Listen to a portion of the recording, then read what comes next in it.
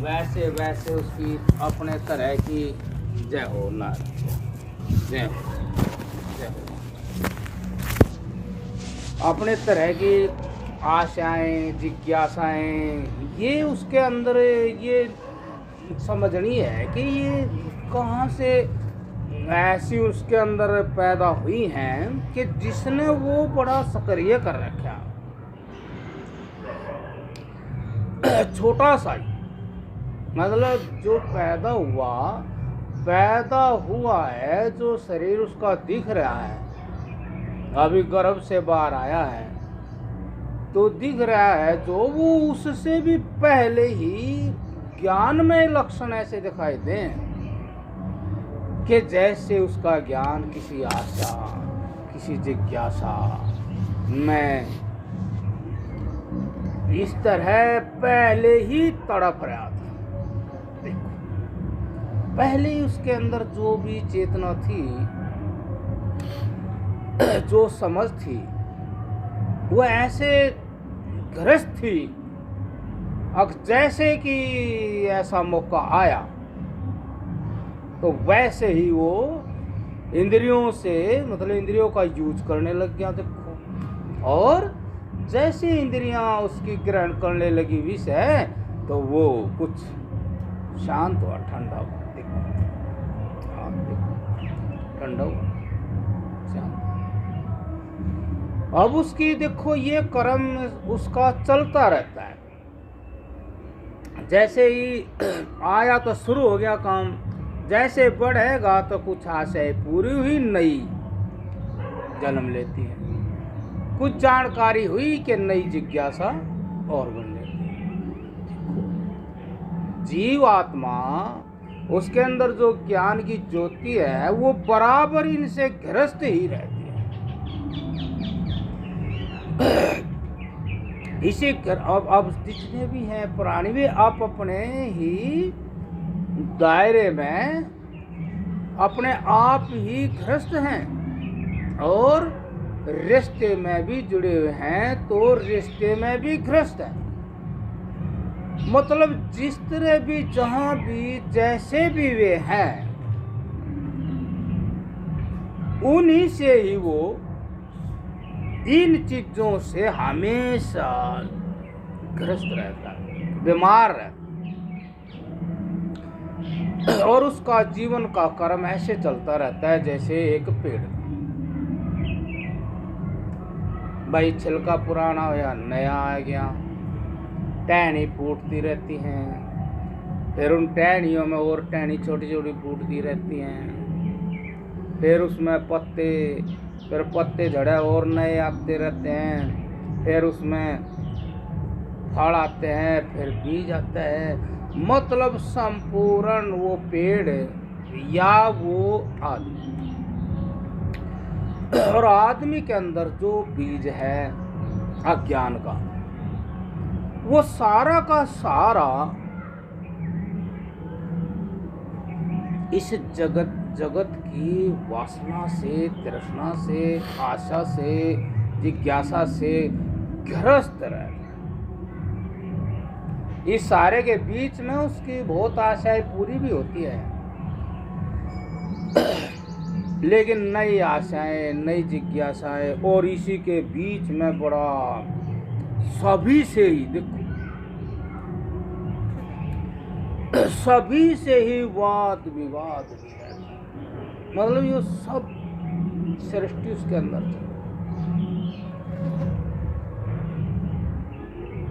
जब बड़ा हो जाता, जब वैसे रहता है तो यार दोस्तों से, नौकरी, पता नहीं कितना गिना नहीं जाता, और फिर शादी हो जाती है तो पत्नी से, बच्चे हो जाते हैं, फिर बच्चों से, बच्चा अपनी आस जिज्ञासा में, माता पिता अपनी आस जिज्ञासा में, उनमें टकराव हो जाता है। सारे काम होते हुए भी, और आशा भी कुछ कुछ पूरी होते हुए भी, जिज्ञासा भी पूरी होते हुए भी नई नई होती रहती है, लेकिन उस व्यक्ति को आत्मिक शांति और आत्मा में फुर्सत नहीं मिलती, और उसका कुछ ऐसा ज्ञान स्थिर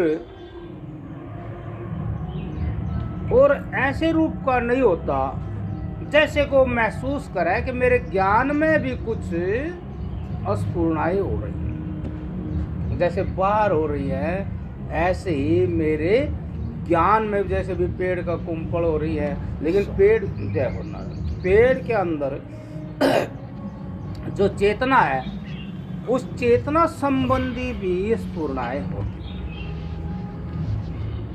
ये भी बात बड़ी, एक में ही दो, कि एक शरीर है जो एक शरीर में जीवन के प्रति आशा जिज्ञासा, एक ये है प्रवृत्ति के आशा जिज्ञासा बनी रहे, जीवन के जितनी सामग्री है उसके प्रति वो लगातार चेतना का प्रवाह उसमें जुड़ा है। और एक ये भी है कि इस चेतना में ही कुछ चेतना संबंधी ज्ञान के स्फुरणाएं होने लग जाए, कि जैसे कोई कार्य करता है तो जय हो कार्य करता है तो उस कार्य के करते हुए भी उसको बीच में कोई सत्य ज्ञान की स्फुरणाएं हो जाए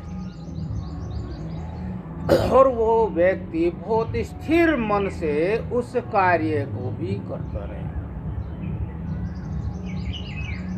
बहुत ही स्थिर मन होकर के अपने कार्य में मस्त रहे। अर्थात जो संस्कार और वासनाएं जो ज्ञान को एक एक क्षण में बहुत व्यस्त रखती थी, हमेशा देह का एहसास कराती देह और विषयों का एहसास, अर्थात उस व्यक्ति को ये मनोवृत्ति बनी रहती, अख भाई मैं फलाना हूं, मैं यो हूं, मैं यो, मैं ऐसा हूँ, मैं वैसा हूँ, और मैं ये हूँ और मैं वो हूँ, मैं ये करता हूँ वो करता हूँ और आगे ये कर दूँगा और वो कर दूँगा। एक तो ये उसके अंदर इस तरह की मतलब स्फुरणाएं, उसके अंदर कुछ कुछ वृत्तियाँ करते करते काम भी होती रहती है, मतलब कि वो क्रिया ही इस भावना से ग्रस्त होकर करता है। अक जानने वाला उसकी क्रिया से उसको जान लेता है अक ये व्यक्ति देह के अभिमान से ग्रस्त है, जबकि इसका जीवन में कोई योगदान नहीं है, मतलब न सहयोग है इसका इस ज्ञान का। अक वो देह के आभास से, देह अभिमान से, देह अहम से, लोक अहम से, प्रॉपर्टी अहम से, फलाने से, दृष्टियां जितनी भी हैं वो इनको लेकर के क्रिया करता हुआ दिखाई देता है, तो उस क्रिया से ही ज्ञानी जन जान लेता है कि देह आत्म बुद्धि है, मतलब इसका जो ज्ञान है वो देह और देह की सृष्टि से ग्रस्त है, जबकि ये सत्य नहीं है। अब एक ये है कि जब क्रिया में वो एकाग्र है, क्रिया में वो एकाग्र है और उनसे मुक्त है, तो उसको बीच बीच में जो सत्य है, जो आत्मा है, जो परमात्मा है, जो वो सत्य वस्तु है, उसके बारे में कुछ कुछ स्फुरणाएं आती है और एहसास होगा कि देखो भाई ये काम तो हो रहा है और काम में लगे हुए, लेकिन इस काम में लगे हुए हैं जो इसके काम में लगे हुए ही बीच में ऐसा अनुभव होता है जैसे कि पृथ्वी, सूर्य, चंद्रमा आकाश में ठहरे हुए, अर्थात आकाश कुछ करता हुआ नहीं दिखता, करते हुए सूर्य, चंद्रमा, पृथ्वी ये दिखाई देते। ऐसे जो एकाग्रचित होकर काम करता है तो उसका ऐसा लगता है कि एक ज्ञान की ज्योति स्थिर चेतन है और काम हो रहा है और मैं कहीं नहीं हूं, मैं नहीं कर सकता। क्योंकि कैसे करे मैं, जिसके बारे में ये ज्ञान हो रहा तो वो उसका तो और छोर दिखता ही नहीं, और वो जो ज्ञान का अनुभव है वो कहता है यही है सब शरीरों के रूप में, अर्थात दृश्य वस्तु के रूप में ये ही है। ये चीज होनी चाहिए, मतलब जीवन में ये चीज होनी चाहिए। अर्थात कहने का मतलब कि दृष्टियों से मुक्त ज्ञान जीना चाहिए। जो दृष्टि है उनसे मुक्त ज्ञान आपकी जान आप मुक्त हुए जीने चाहिए। कुछ इस तरह कुछ जीने का ढंग अपनाना चाहिए कि जिससे आप इस संसार में जीते हुए और ऐसे दिखाई दे कि मैं इससे दूर हूं। ये इसलिए होगा क्योंकि जो हर वक्त संस्कार वासनाओं के बल के कारण ज्ञान चंचल रहता और चंचलता के कारण एक मिथ्या ज्ञान, मिथ्या एहसास रहता कि मैं जो सत्य का ज्ञान है, सत्य के परिचय का जो ज्ञान है, उसका जो व्यापार है, वृत्ति है, वह अनुभव में नहीं आती थी क्योंकि हम वहां बिजी थे। इसलिए जब उन दृष्टियों से किसी तरह मुक्त हुए तो फिर वही व्यापक ज्ञान, उसके स्फुरणाएं होने से देह अभिमान खत्म और उसकी चित्त की वृत्ति सदैव उसी से जुड़ी रहती।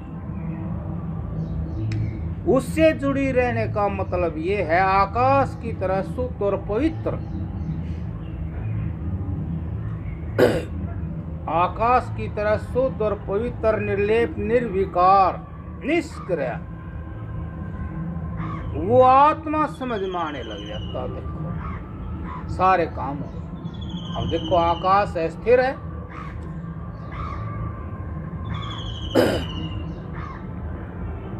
करते और चीज दिख रही है सब। ऐसे ही आकाश को भी जो जाना है वो इससे भी निष्क्रिय है। लेकिन जैसे आकाश के बिना सूरज का कोई अस्तित्व नहीं, ऐसे आकाश का भी ज्ञान के बिना कोई अस्तित्व नहीं। वो आकाश से भी विलक्षण है वो चेतन तत्व, इससे भी सूक्ष्म। अब ऐसी मन की दशा करने के लिए साधनों का व्याख्यान किया। भाई साधन, अब साधन करो तो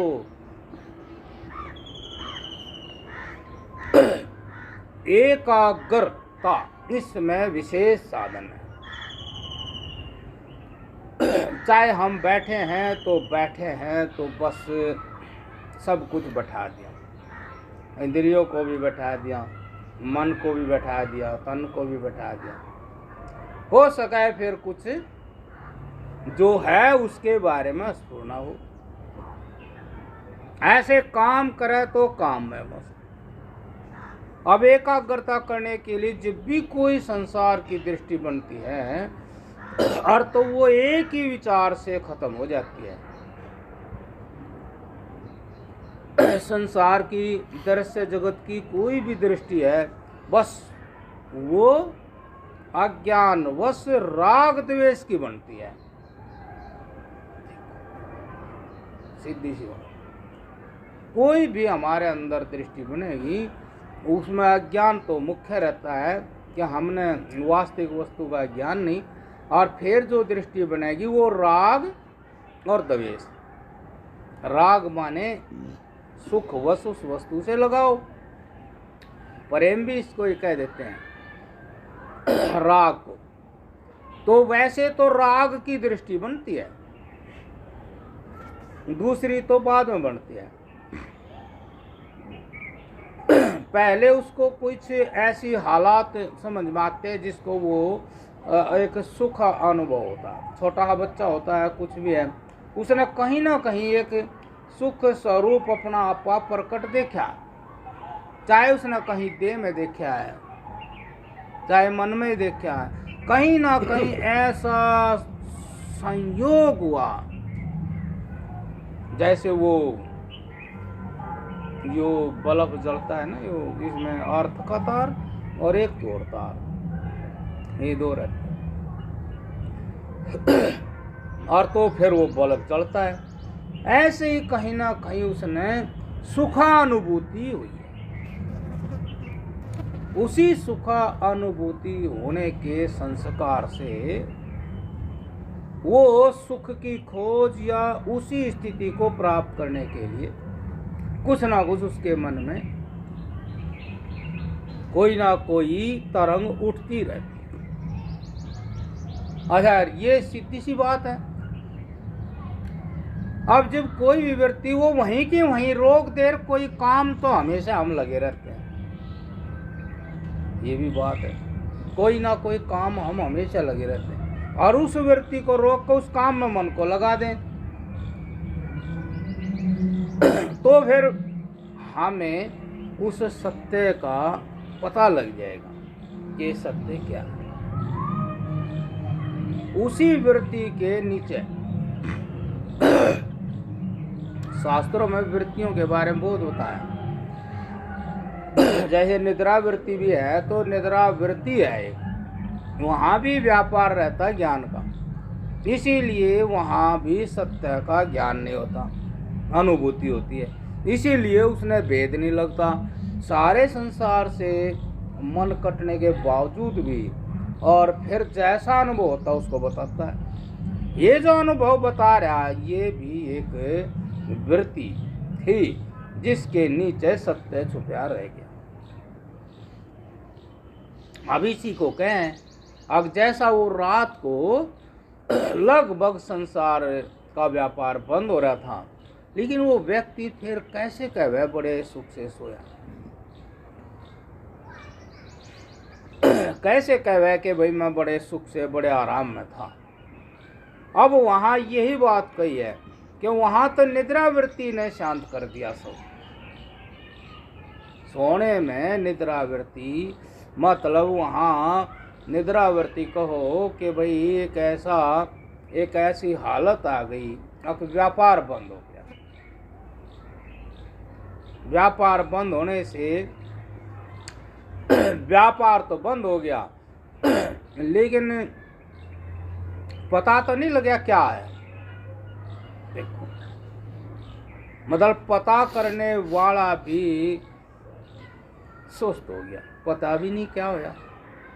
अब वो यूं ही कहे जिस तरह से वो कट गया संसार का व्यापार, आप इसको नींद में ना काटें।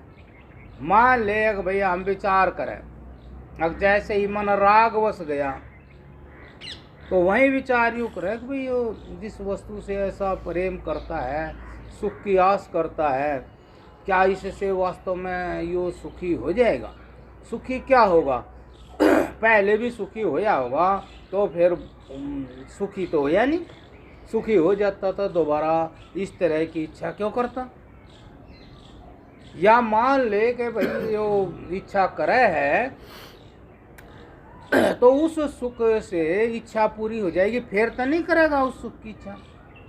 वो कहे कि हम क्यों करें, दूसरे ने देख ले। कहा हाँ वो फलाने आदमी के पास भी पैसा तो काफ़ी है, लेकिन फिर भी बड़ी बिल्डिंग भी है, पर फिर भी लगातार उसके सुख की इच्छा है। जैसे पता नहीं कौन था, उसके कोई फैक्ट्री लगा रखी थी और उसकी, वैसे तो मैं वो बता रहा नहीं तो देखने में तो आ ही रहा है भाई, ज़्यादातर भाई वो तृष्णा सी पूरी नहीं होती। और तो फिर लड्डू बने तो लड्डू में वैसा बढ़ियापन नहीं आया। फिर उसने कहा ये घी बढ़िया नहीं था भाई, ये घी किसका था, ये फलाने उसका था। और उनने भी फैक्ट्री लगा रखी है, तो फैक्ट्री लगा रखी है तो फिर वो तो भाई और बहुत पैसे वाला है। तो फिर वो घी फिर कहने लगे जी कहाँ घी है, इतनी दुनिया है, रोज इतना घी चाहिए और पशु तो है नहीं, तो घी तो फिर ऐसा ही आएगा। तो फिर मतलब देखो तृष्णा कामना ऐसे, तो इन चीजों की फिर बराबर आदमी के अंदर। तो अब मान लो ये देखा जा कि भाई विचार किया जा, अगर तू फिर खाम खा वैसे तो ना समय खराब हो जाएगा। विचार करके देख ले, फलाने ने ऐसा किया, फलाने ने ऐसा किया, तो वो संतुष्ट तो है नहीं। तो ये वैसे तो चीज़ तो सब एक ही होगी कि भाई ऐसा है शरीर उसका, ऐसा है मारा, ऐसे सब चीज़ वे ही, तो उसको ही नहीं होता। तेरी कौन सी गारंटी है कि तू वहाँ संतुष्ट हो जाएगा। और भी और भी और भी देखते चले गए। तो जैसे कि इसका उदाहरण ऐसा कहें कि भाई जैसे कोई स्त्री है, उसका संतान नहीं हुई और वो अपने पति से कहे चलो अगले जन्म में मैं संतान दे दूँ, और तो भाई जब इस जन्म में नहीं हो तो अगले जन्म की क्या गारंटी है। तो मान ले कि जब अभी इच्छा पूरी हो और उससे हम संतुष्ट नहीं हुए और फिर सोचा कि आगे और देखा है और ऐसा हो जा, और इतने रुपए और यूँ हो जा, यूँ हो जा, जब कुछ भी नहीं हुए तो फिर आगे भी ऐसा ही हो। अर्थात उस वस्तु को मतलब इस तरह से मन पे लादना कि भाई सुख की आस से, उससे संतुष्टि होने की दृष्टि से, तो फिर यो ठीक। इसलिए विचार से राग की वृत्ति को रोक ले। अब राग की वृत्ति नहीं रुकी तो फिर वह दूसरा पक्ष आएगा, उसका द्वेष, राग और द्वेष। तो इसलिए हम विचार ऐसा करें, अब भाई यो मन, और ऐसा भी हो जाता है हम बैठे हैं किसी काम के लिए, कर रहे हैं कोई काम और फिर मन वहीं कहीं चला जाता है, कहीं और चला जाता है, कहीं भी चला जाता है, लगता ही नहीं।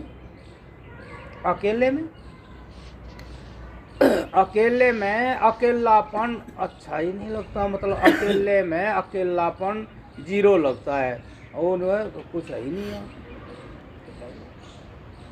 और सब कुछ उसी में है जो अकेला सब कुछ, जिससे सब कुछ बना वो बैठा वहीं, लेकिन वृत्ति के नीचे ढका हुआ है, जो वृत्ति बाहर। अब उन्हीं के लिए मतलब इतना यो साधन महाराज जी ने बता रखा है कि भाई इस प्रकार अपने में उतरा हुआ कर्म योग धीरे धीरे फिर भक्ति तक बढ़ेगा, अर्थात भक्ति तक ले जाएगा। कर्म योग करते हुए पता लगने लग जाएगा कि मन थोड़े थोड़े सुखों के लिए कहाँ कहाँ भटकता है और इसको हम कैसे कैसे बचा रहे हैं। वही बात है।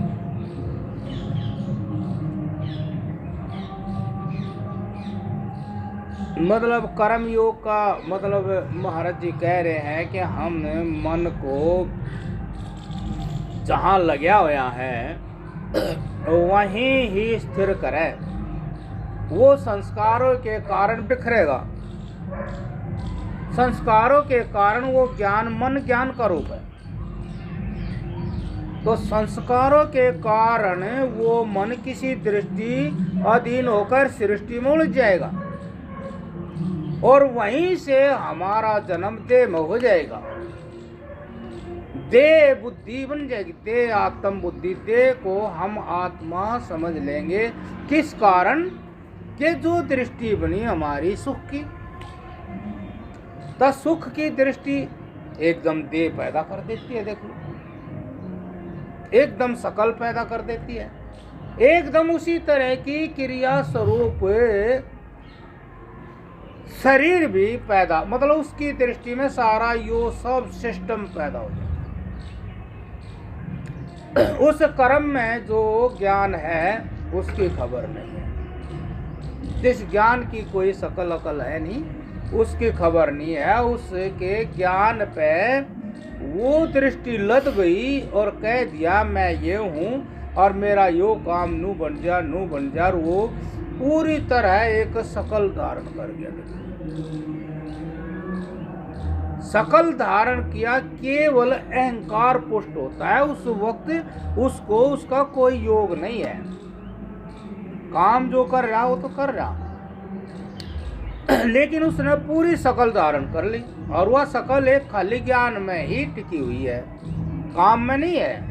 काम में तो काम तो हो ही रहा है, चाहे आदत से हो रहा है, वो तो आदत से हो रहा है, लेकिन वो शकल ले गया। अब ये शकल की दृष्टि पक्की होगी तो हमेशा उसी की सृष्टि में बिजी रहे। और जो वास्तविक वस्तु है जिससे देह चल रहा है, देह के काम हो रहे हैं, और जो स्वतंत्र है, पूरी तरह से मुक्त है पूरी तरह से, और वास्तविक वो उस मनुष्य का स्वरूप है। उस स्वरूप का उसको ज्ञान नहीं, क्योंकि आवरण के नीचे रह जाए। जैसे कि भाई ये धुएं के नीचे अग्नि, वो जेर में बच्चा लपटा रहा है, जैसे ऐसे कहे,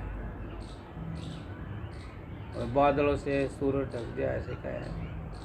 ऐसे वो उस दृष्टि के नीचे होता हुआ भी अपना परिचय नहीं दे पा रहा, या वो व्यक्ति उसका परिचय ले नहीं पा रहा, या उसकी वृत्ति नहीं बन पा रही, बर्तावा नहीं हो रहा, व्यापार नहीं हो रहा। बताइए, वही सब कुछ है और जो कुछ नहीं है उससे व्यापार हो रहा है, जो कुछ है उससे व्यापार नहीं हो रहा।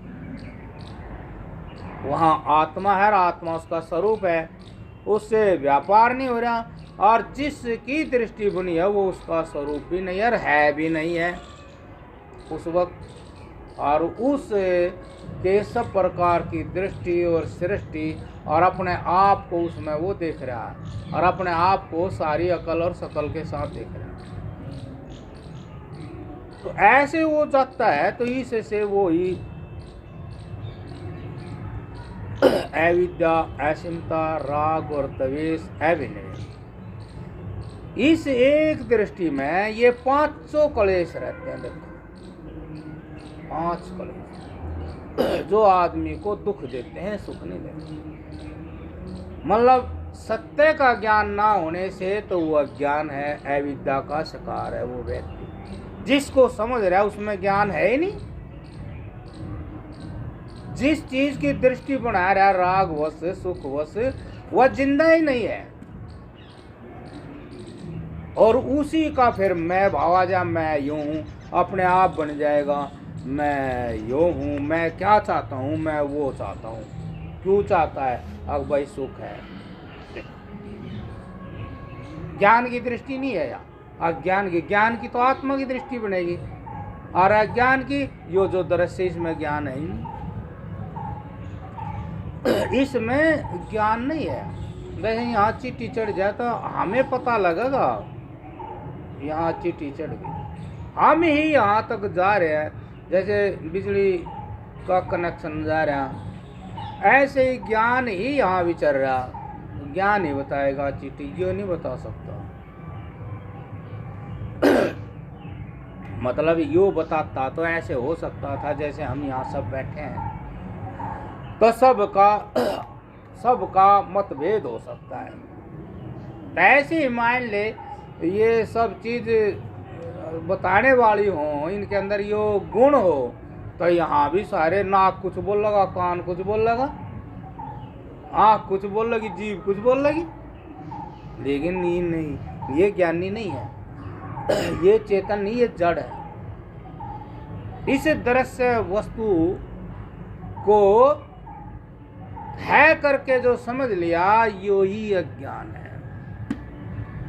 है करके जो समझा, यो ही अज्ञान है। और यो ही अज्ञान है जिसको है करके समझा। अज्ञान से अज्ञान, ज्ञान से ज्ञान, तो है करके कहा, यहीं से अज्ञान। इसी को कुछ और समझ के किया, यो रजोगुण है। वो सतोगुण सत्ता थी, तो सत्ता थी, तो फिर प्रवृत्ति जागी रजोगुण, और रजोगुण से फिर कुछ उसमें करके न मैं मिली, यो तो ये मैं बन गई है इस दृश्य जगत में और दृश्य जगत की दृष्टि से।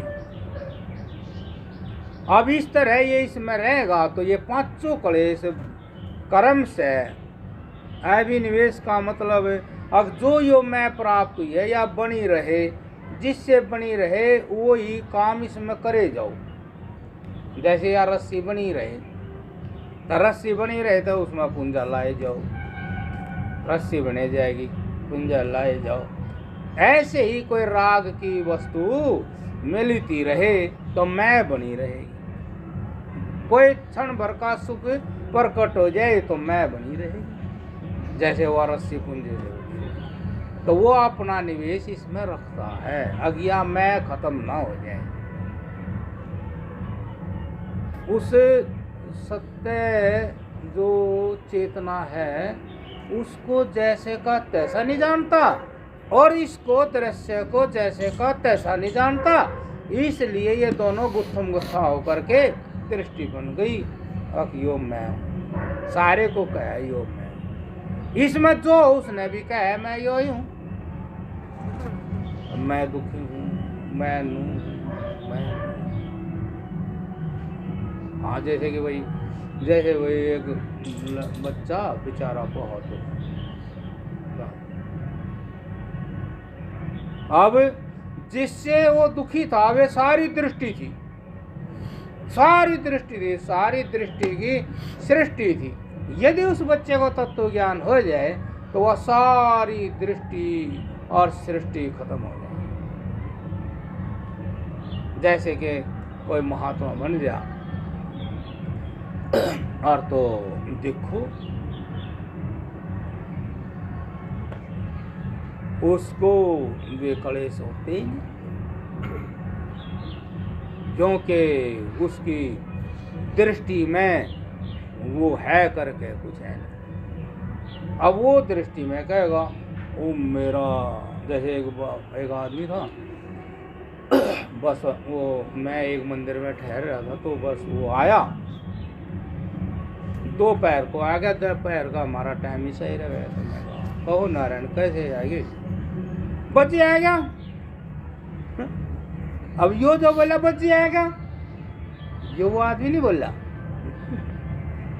यो तो दृष्टि बोली जो बनी हुई थी। ज्ञान जिस चीज में डल जाएगा वैसा ही हो जाएगा। तो उस दृष्टि में डले आ था ज्ञान, तो मगा कैसे आगे, अब बच्चे आएगा, मगा भाई कैसे आगे, बच्चे लड़का बात ही नहीं मानता, बस मैं फिर आएगा। नगा फिर कहाँ आ गया आप, अगर मैं यहाँ आ गया आपके पास,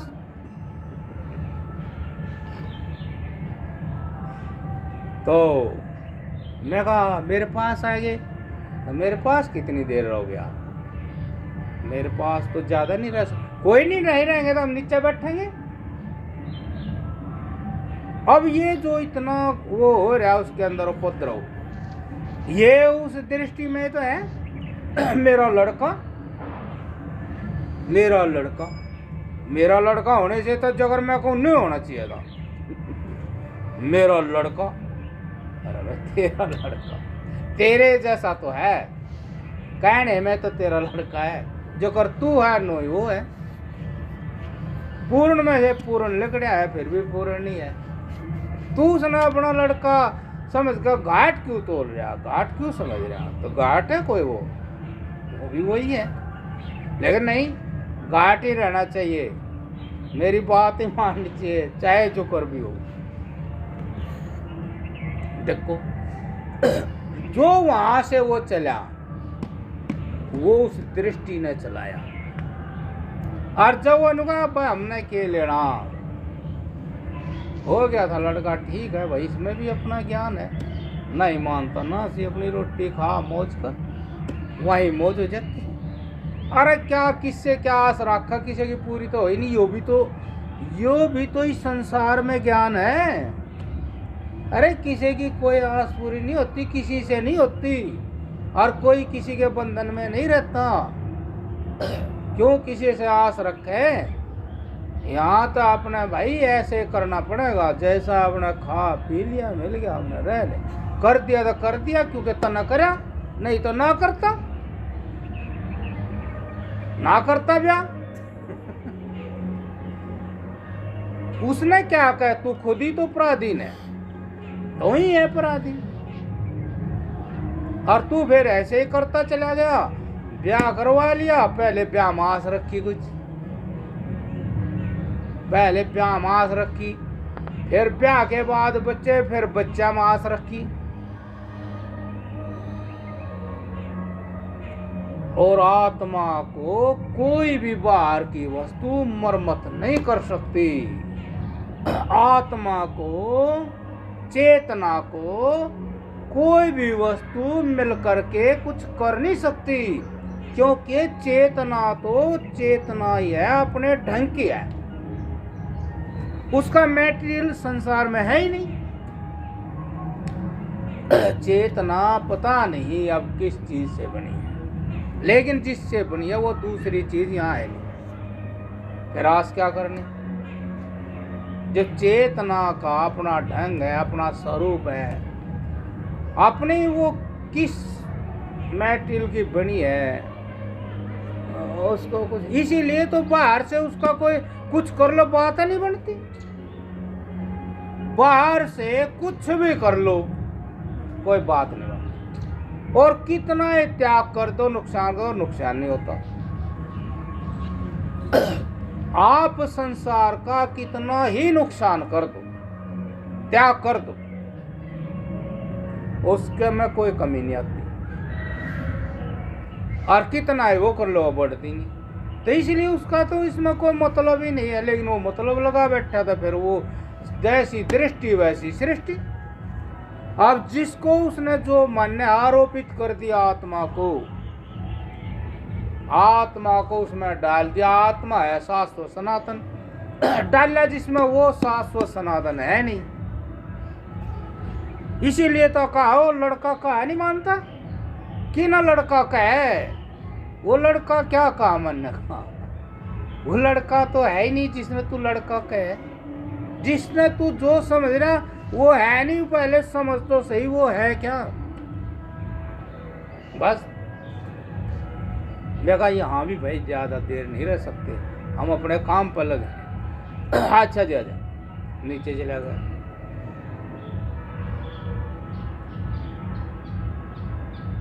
देखो बड़ी विचित्र बात, जो अज्ञात रहता ना तो वहाँ आदमी निर्मल और पवित्र रहता है, और ज्ञात हो जाता है तो मलिन हो जाता है। कमाल की बात है। परमात्मा को नहीं जानते,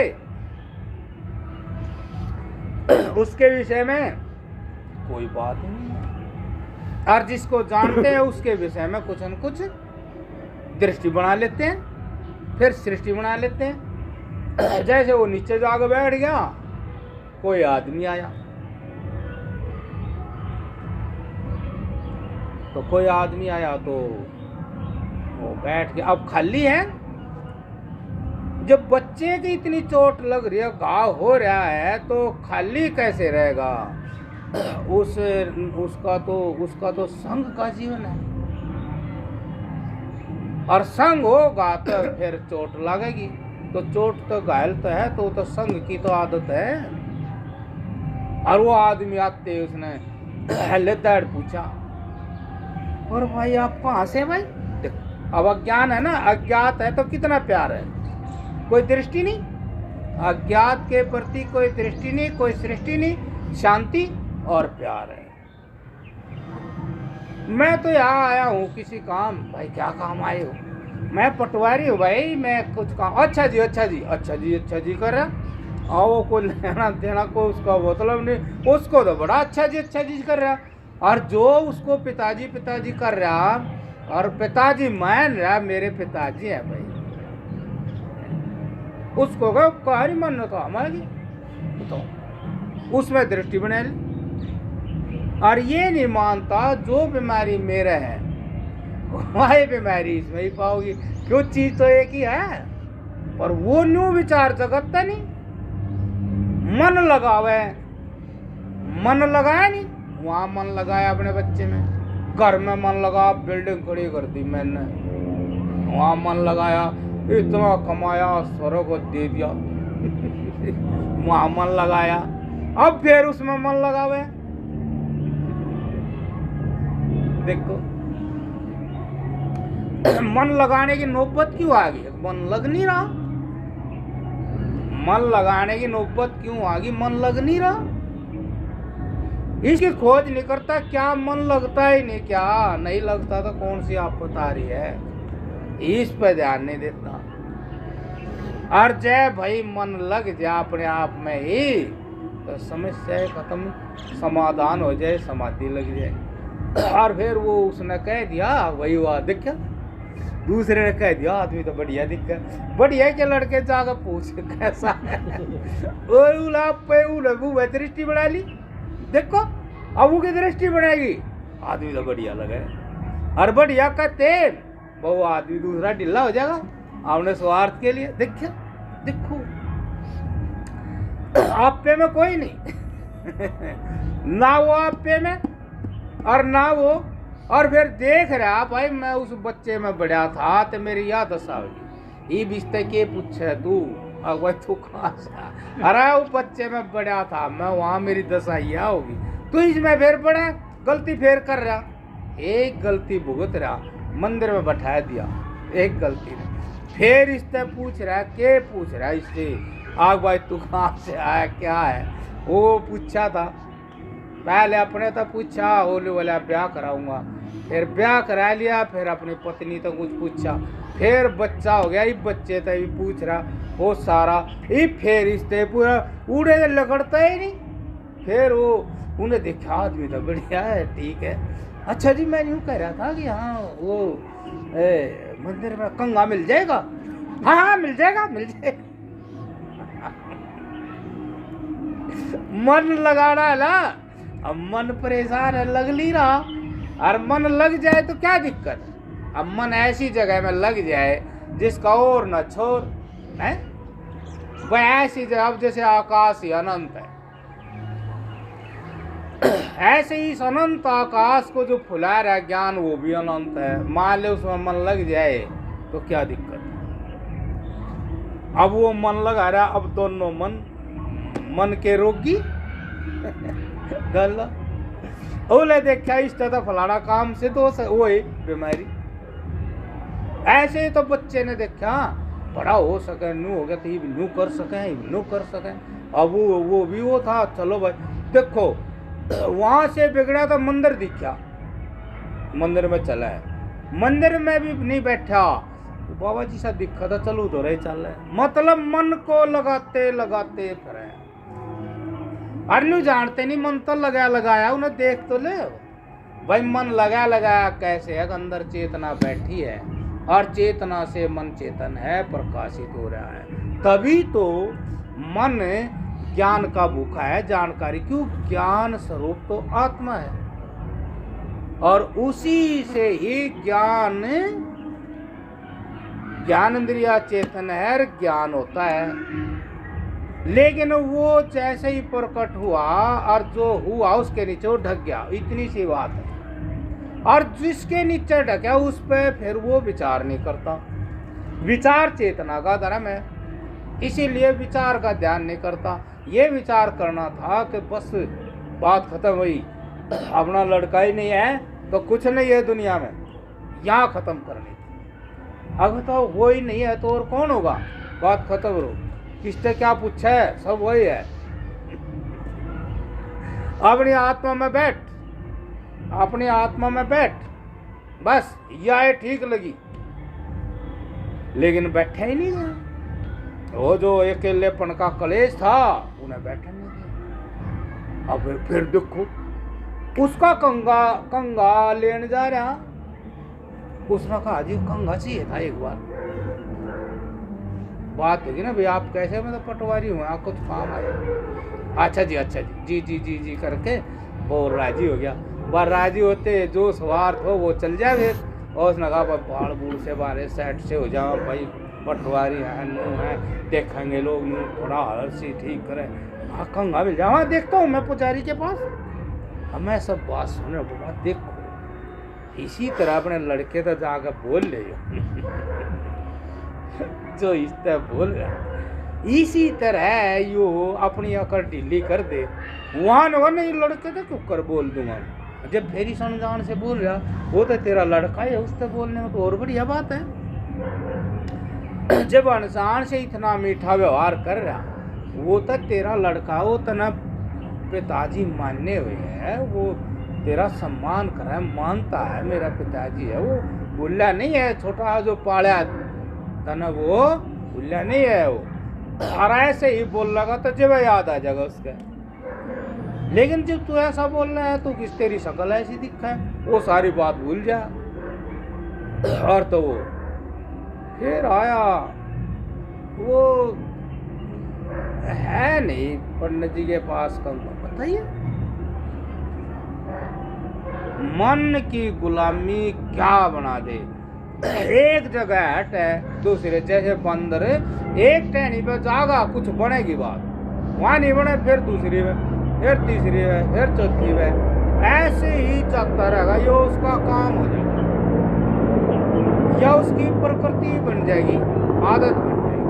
अब या है प्रकृति या है आदत अंतःकरण की, मन बुद्धि चित्त अहंकार, इनमें एक ज्ञानेंद्रियों के सत्ता का ज्ञान ऐसा भर गया, अब वहीं वहीं सब कुछ हो जाए, उधर आत्मा अपना काम करेगा। देखो ये भी कमाल। दृष्टि की सृष्टियों में, वृत्तियों में वो उसमें उलझ गया, एक अहम बन गया, लेकिन उसमें उलझा भी जो चेतना का अपना काम है वो कर रहे। तो इससे कहें कि पूरी चेतना शरीर में काम नहीं कर, अहम वश वहां बट गई, कुछ रही सही शरीर में काम करती है। और मान ले मनोयोग, मन और प्राण का योग हो जाए और दृष्टियां उसके बीच में जल जाए, उनके घर्षण से जल जाए दृष्टियां, तो फिर हमारी चेतना पूरी इस काया में अपना कार्य करती हैं। तो पूरी काया में कार्य करने से आदमियों के, मतलब आदमी के अंदर जो जो भी शक्तियां हैं वे प्रकट होती हैं, और वे शक्तियां प्रकट होने पे सब प्रकार के ब्यौरे आने शुरू हो जाते हैं, और उसका मन इस आत्मा में हमेशा के लिए मस्त हो जाता है। बहुत चीजें आती है, तो वो ही साधन महाराज जी बता रहे हैं। अब बहुत सारी चीजें उस आदमी के मन में स्फुरित होने लग जाती है। मन में ही चीज ऐसी मिल जाती है कि वो बाहर कहीं नहीं जाती, और कोई भी काम करेगा तो उस आत्मा को साथ लेकर करेगा, ना कि संसार की दृष्टि को साथ लेकर करेगा। कोई संसार की दृष्टि है करके नहीं होगी, बस करने योग्य काम जो आत्माएं के लिए कल्याणकारी है, संसार के लिए ही कल्याणकारी है, और करने के बाद कोई दृष्टि नहीं रहनी, ऐसे ही काम में वो पूरा चेतन होकर के करे, काम भी हो जाएगा और आत्मज्ञान भी बना रहेगा।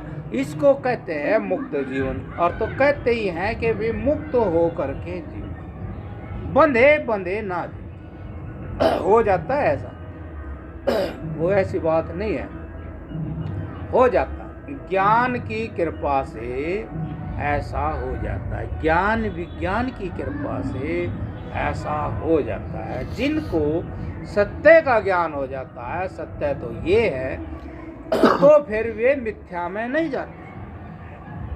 जैसे किसी ने ये ज्ञान ही हो जाता क्या दशा है इस शरीर की,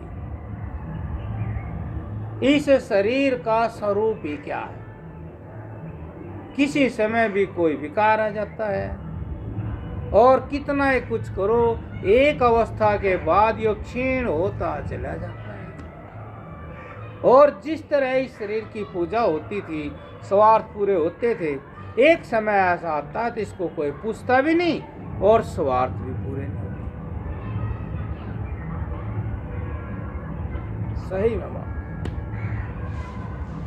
सही में बात है कि आदमी के जिस तरह से उसको शुरू में जरी थी, बहुत भाई बहुत क्या कहना, और उसको एक समय ऐसा आता है अब उसको अपने आप ही जच जाती है कि कुछ नहीं भाई, क्या दशा है, शरीर काम नहीं करता, कोई पूछता नहीं, किसी को अच्छा लगता नहीं, स्वयं को अच्छा लगता नहीं, बस बुझा सा जीना पड़ रहा। लेकिन हो तो गया ये, इसका ज्ञान तो हो गया, लेकिन इसका दूसरा न्यारा ज्ञान तो नहीं होया। अब उसका तो सारा शरीर का व्यापार किसी कारणवश रुक गया, भाई उसमें बल नहीं रहा तो वो रुक गया, तो वो आदमी भी रुका पड़ा है। लेकिन किसी ने इसको रोक दिया, अगर नहीं यो रुकेगा तो फिर क्या फायदा, आदत के अधीन हो गया, और ये रुक गया तो सूक्ष्म शरीर का आदत से लाचार है, इसी दुर्गति का जो बीज है वो तो नष्ट हो गया नहीं।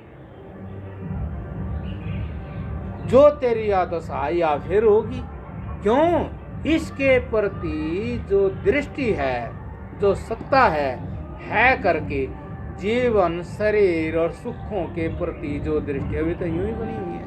तो इसीलिए ज्ञानी जन जीते जी जीता हुआ ही अपने वृत्तियों को जरूरत से ज्यादा नहीं जाने देता। वो जरूरत से ज्यादा क्यों नहीं जाने देता कि उसको इसका भी ज्ञान होगा और उसका भी ज्ञान, जो चेतना है उसका भी ज्ञान हो गया, और जो चेतना के अधीन है अब ये मिथ्या अहंकार है, इसका भी ज्ञान। इसीलिए वो राग से काम नहीं करता, सुख की दृष्टि से काम नहीं करता। अब इसकी समय अनुसार जरूरत है जीवन में, इसलिए कर रहा, जीवन में समय अनुसार जरूरत है इसलिए कर रहा, राग से नहीं कर रहा, सुख की दृष्टि से नहीं कर रहा, सुख की दृष्टि से नहीं खा रहा, सुख की दृष्टि से पी नहीं रहा, सुख की दृष्टि से बोल भी नहीं रहा, मतलब संग भी नहीं कर रहा। उसको ये ज्ञान हो गया अब जो संग में था वही असंग में ज्ञान सही स्वरूप से प्रकट हो, वहीं भी ज्ञान ही होता था। अब हम सब बैठे, आपने जो कुछ भी किया है उसका आपके पास ज्ञान मात्र ही है, कुछ भी नहीं है। आपने जो कुछ भी किया है, जो कुछ भी समझ में आया या प्राप्त भी कहते हो, आपके पास केवल ज्ञान मात्र है, और आपके साथ जब भी रहेगा ज्ञान मात्र ही रहेगा, और आपके ज्ञान में ही रहेगा।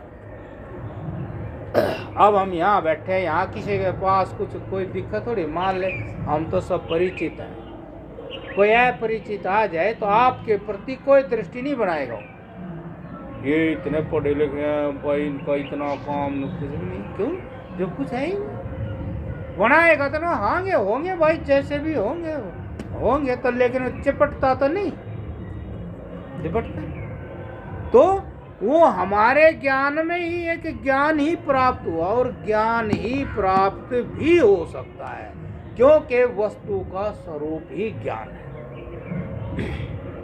वस्तु का जो स्वरूप है वो ज्ञान है, वस्तु ज्ञान से ही व्यापार करती है।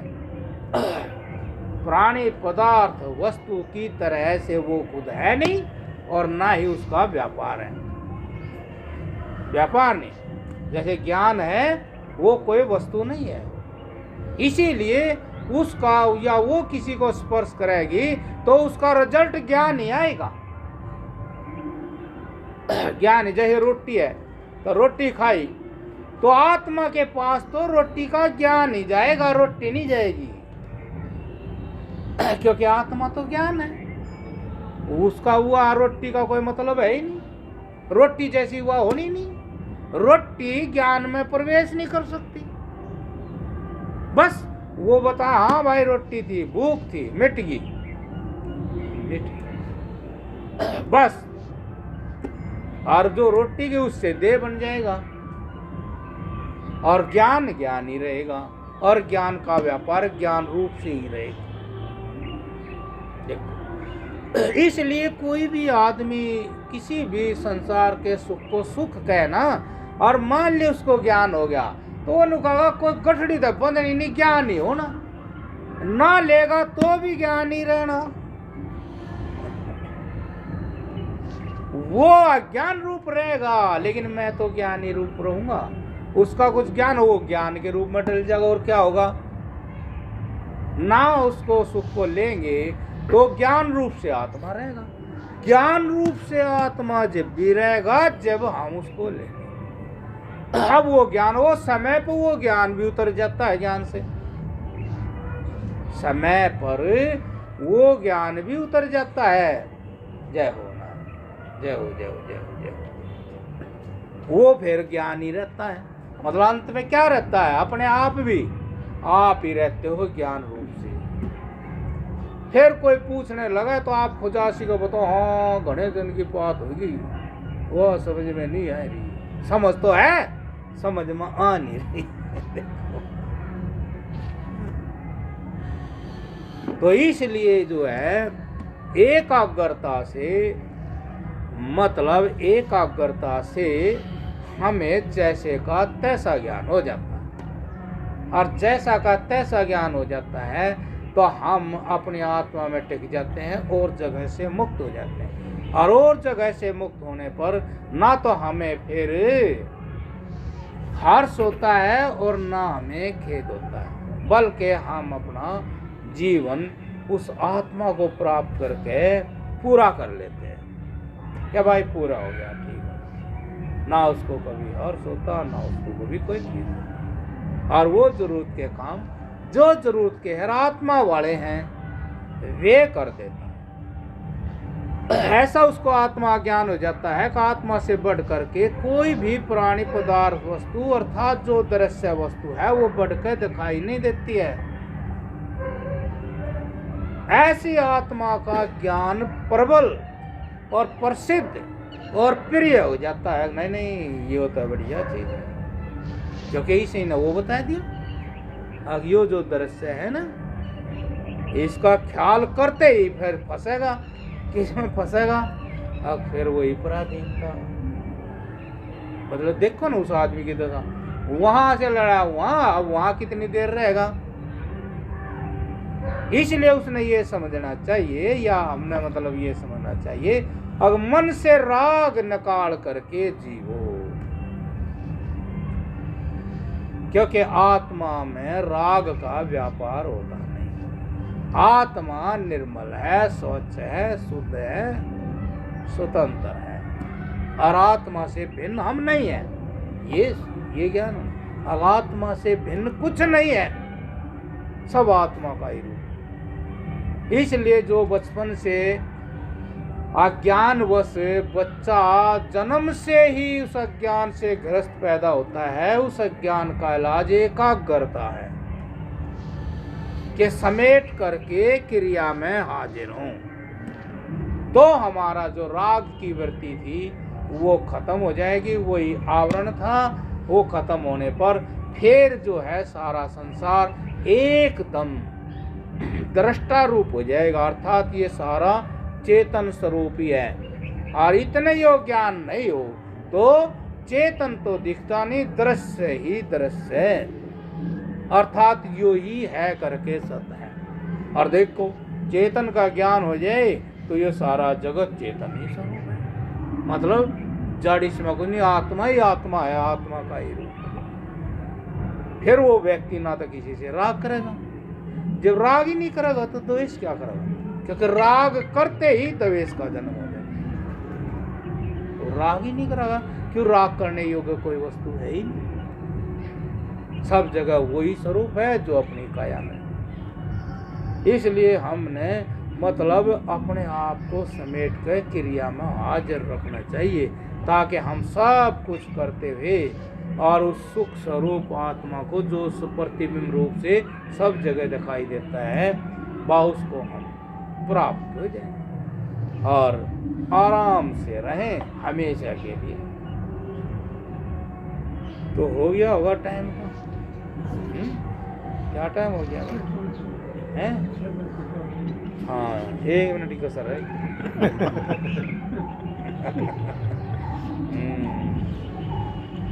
और कोई इसमें कुछ नहीं वो समझ में आई हो तो फिर भाई उस पर दोबारा विचार कर लेंगे, कोई बात ये ऐसी। लेकिन ये महात्मा लोग कहते हैं अब युक्ति से मुक्ति है, गणी बात नहीं है।